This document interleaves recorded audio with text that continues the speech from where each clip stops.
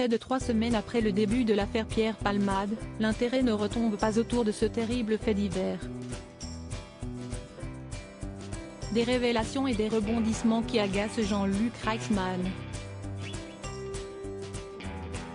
Difficile de passer à côté de l'affaire Pierre Palmade depuis l'accident de voiture qu'il a provoqué le vendredi 10 février, alors qu'il conduisait sous l'emprise de stupéfiants.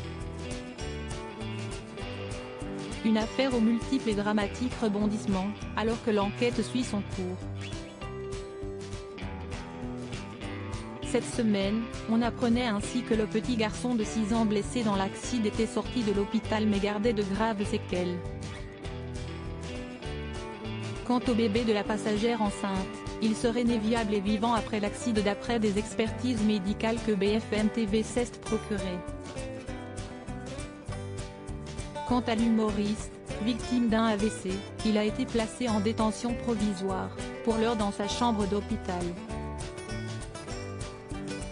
Affaire Pierre Palmade, les premiers résultats de l'enquête. La chaîne d'info qui consacre un temps conséquent à l'affaire a également dévoilé les circonstances de l'accident de voiture provoqué par Pierre Palmade. Outre la drogue, l'utilisation d'un téléphone portable pourrait en être à l'origine.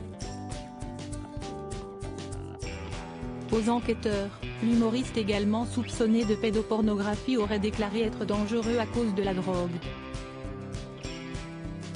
Je suis un chic-type, je suis quelqu'un de bien, mais il faut que mon rapport avec la drogue soit résolu, que la drogue soit bannie de ma vie. Affaire Pierre Palmade, 20 000 articles générés en 10 jours. Un fait divers tragique qui a généré près de 20 000 articles en seulement 10 jours.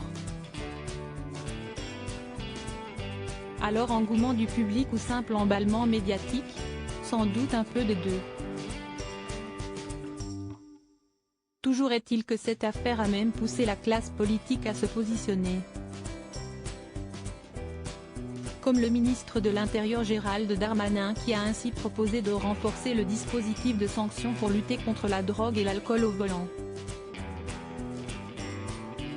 Du côté des chaînes d'infos en continu, les spécialistes santé, police et justice se relayent avec des invités plus incongrus comme Patrick Balkany, l'homme d'affaires Pierre Breton ou encore Christophe Rocancourt, 3 anciens célèbres détenus venus juger la mise en détention de Pierre Palmade.